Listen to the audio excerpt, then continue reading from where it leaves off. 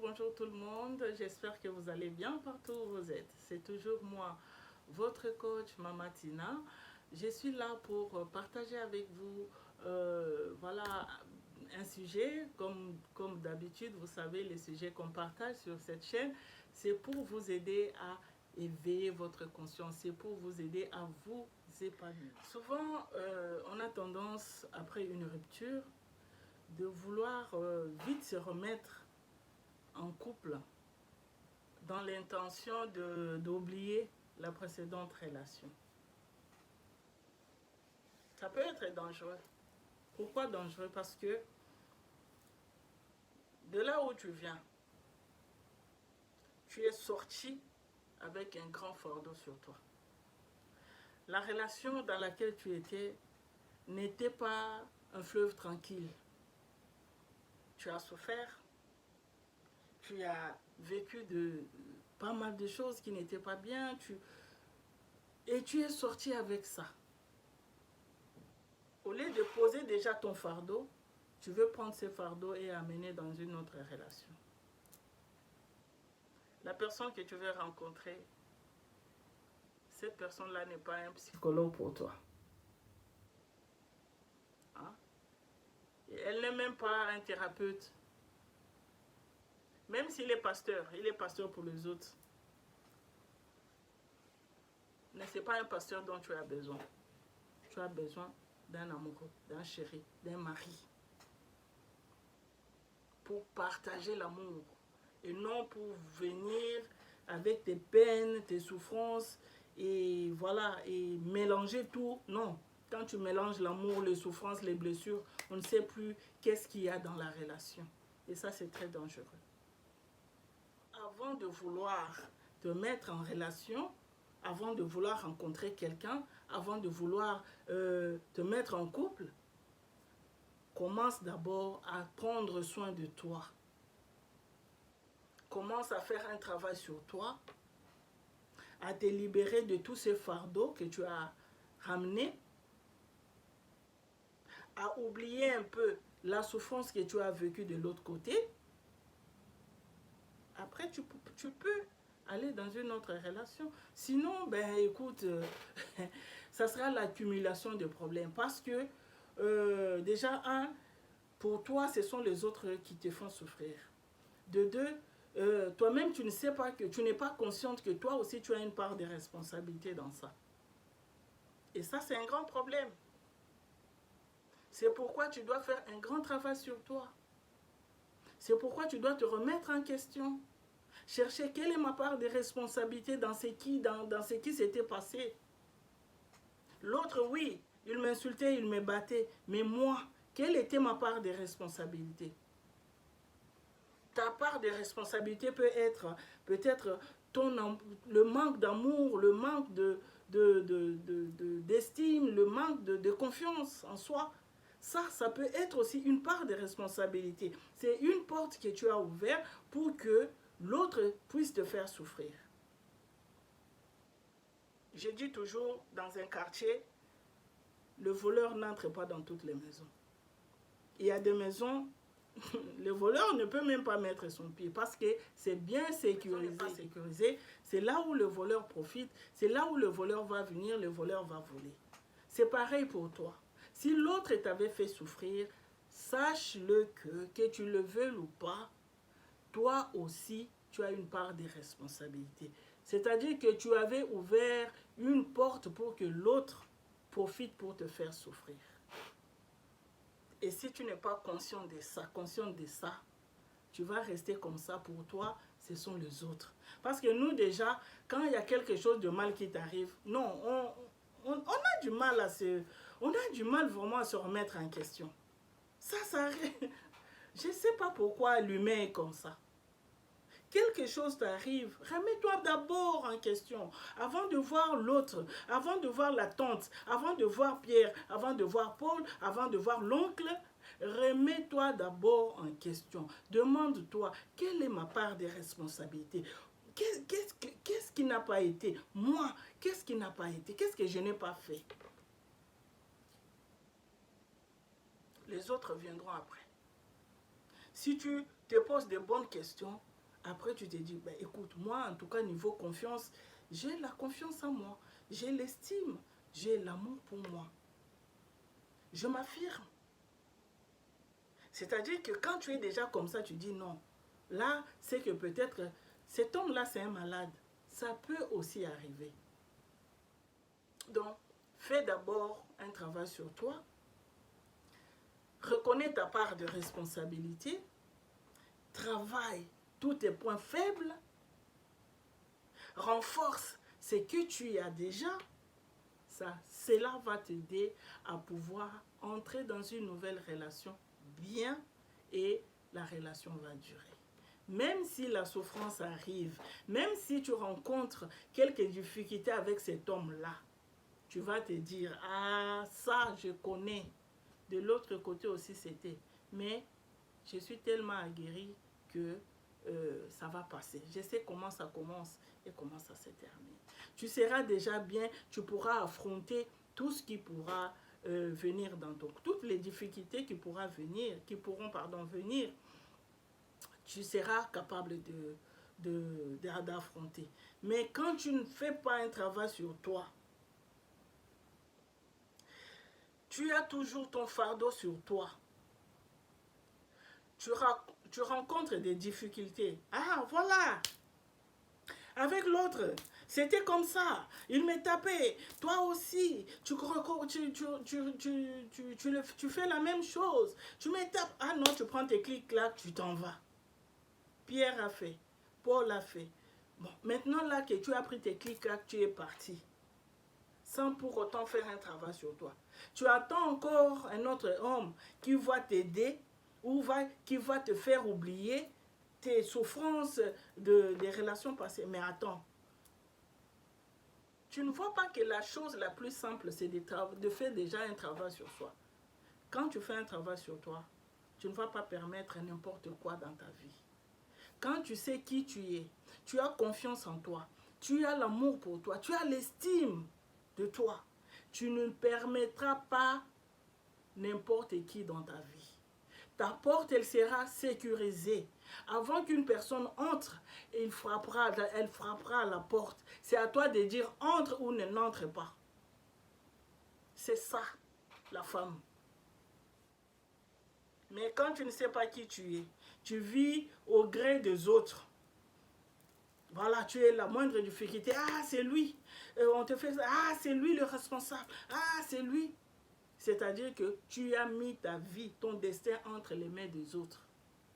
Toi, tu n'es rien. C'est-à-dire que tu progresses dans la vie, que tu ne progresses pas, c'est entre les mains des autres. Toi, tu n'es rien. Tu penses que tu peux aller loin avec cette mentalité?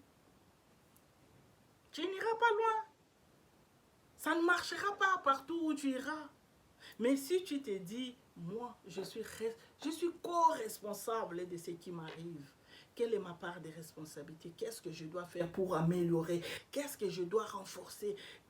Quels sont mes points forts? Quels sont mes points faibles? Tu connais tout ça, mais je te jure, ça, ce sont des armes que tu as pour te défendre. Mais si tu ne connais rien, tu n'iras pas loin. Tu seras là à la merci des autres. Tu seras à la merci de ceux qui savent qui tu es. Parce que toi-même, tu ne connais même pas. Ça, c'est la première chose. La deuxième chose, il faut savoir pardonner. Le pardon libère. Pardonne à Paul, ton ex-là, qui t'a fait souffrir. Tu dois le pardonner. Si tu pardonnes à Paul, c'est une manière pour toi de dire à Paul, va-t'en. Sors de ma vie. Libère mon esprit. Paul, vas-y. Va en paix. Si tu ne pardonnes pas à Paul, c'est une manière pour toi de dire à Paul, reste avec moi. Tu comprends? Paul restera toujours là parce que tu as la colère, tu as la haine contre Paul. Il sera toujours là, tu seras attaché à Paul par la haine. Ce n'est pas ce que toi tu as envie. Toi tu as envie d'être libre, tu as envie de faire ta vie, tu as envie d'être épanoui dans ta nouvelle relation. C'est ce que tu veux. Mais quand tu ne pardonnes pas, Paul sera toujours là. Pardonne à Paul. Dis-lui de partir. Dis-lui, demande-lui d'être heureux là où il est. Même si vous ne vous parlez pas, qu'il soit, ta prière, qu'il soit heureux là où il est. Comme ça, toi aussi, tu seras heureuse. Les femmes qui sont là, tu t'es séparé avec ton ex, vous devenez des ennemis jurés. Je comprends au début, ça peut être difficile. C'est normal parce que, voilà, ce sont les sentiments, ce sont les émotions qui parlent. Mais après les années, non, il faut temporiser. Après, après les années, il faut mettre bas la terre. Tu dois te dire non, voilà, moi là, je cherche à être heureuse. Donc, Paul, sois heureux là où tu es. Que Dieu te bénisse là où tu es. Qu'il bénisse ta famille. Toi aussi, tu seras heureuse. Mais tant que tu n'as pas pardonné, tu vas paraître. Tu vas faire croire aux gens que tu es bien. Mais ton intérieur souffre d'une manière comme pas possible. Tu es en souffrance au fond de toi. Là, le corps, tu t'habilles, mais tu as une souffrance au fond de toi que toi seul connais. Pardonne, tu seras libre. Pardonne, j'entends beaucoup de gens dire, hey, quand tu te dis comme ça, tu penses que c'est facile de pardonner tout ça. Tu sais, le pardon, c'est tellement facile, mais le diable l'a rendu difficile parce qu'il sait que, en pardonnant, tu deviens plus forte. La personne qui pardonne, elle est plus forte que la personne qui t'avait fait souffrir. Si tu pardonnes à Paul, tu deviens plus forte que Paul. Que ce soit ton ex-mari, que ce soit ta maman, ton papa, ton enfant, quelqu'un qui t'a fait du mal, si tu pardonnes, déjà, tu libères la personne, tu n'as plus rien à voir avec lui, et deux, sache-le que tu deviens plus forte que cette personne-là. Mais comme le diable sait ça, il va te dire, non, tu vois, si tu pardonnes, il va croire qu'il est plus important, tout ça. Non, n'écoute pas cette voix-là. Ça, c'est ton ego. N'écoute pas ça. Pardonne. Bon, je ne t'oblige pas. Après, moi, je dis, moi, je suis là pour te mettre sur le chemin. Après, c'est à toi, c'est à prendre ou à laisser. Parce qu'il y a d'autres personnes, quand tu leur dis, demande de pardonner, ils disent, non, moi, pardonner, moi, après tout ce qu'il m'a fait, moi, je ne pardonnerai jamais. Donc, comme toi, tu ne pardonneras jamais, sache-le que cette personne-là sera toujours avec toi.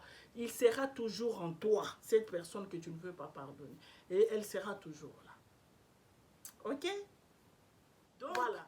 La souffrance, elle est toujours là. Maintenant, la question à se poser est ceci. Paul t'a fait souffrir. Pierre t'a fait souffrir.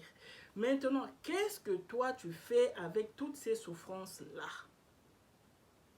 Le problème, ce n'est pas la souffrance que Paul t'a fait, la misère que Paul t'a fait.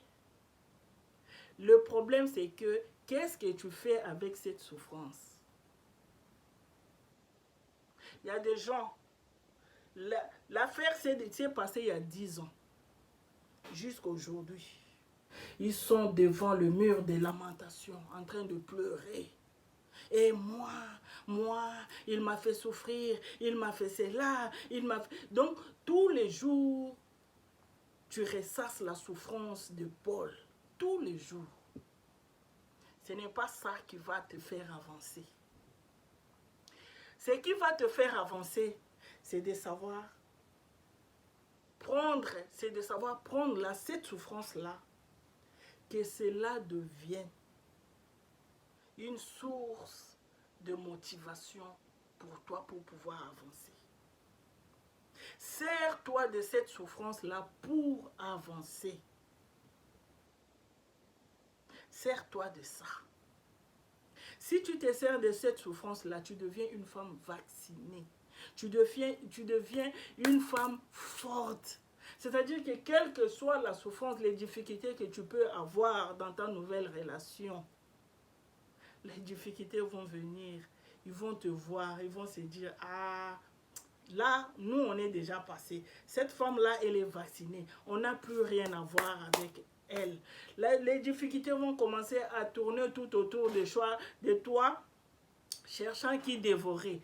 Mais ils ne te dévoreront jamais. parce que tu es aguerri, parce que tu es vacciné, tu connais ce que c'est les difficultés, tu connais ce que c'est la souffrance. Tu as vaincu. Et toi, tu ne seras jamais vaincu. Tu as vaincu les difficultés du couple. Tu as vaincu la souffrance de Paul. Tu deviens aguerri. C'est ça qu'on appelle une femme épanouie.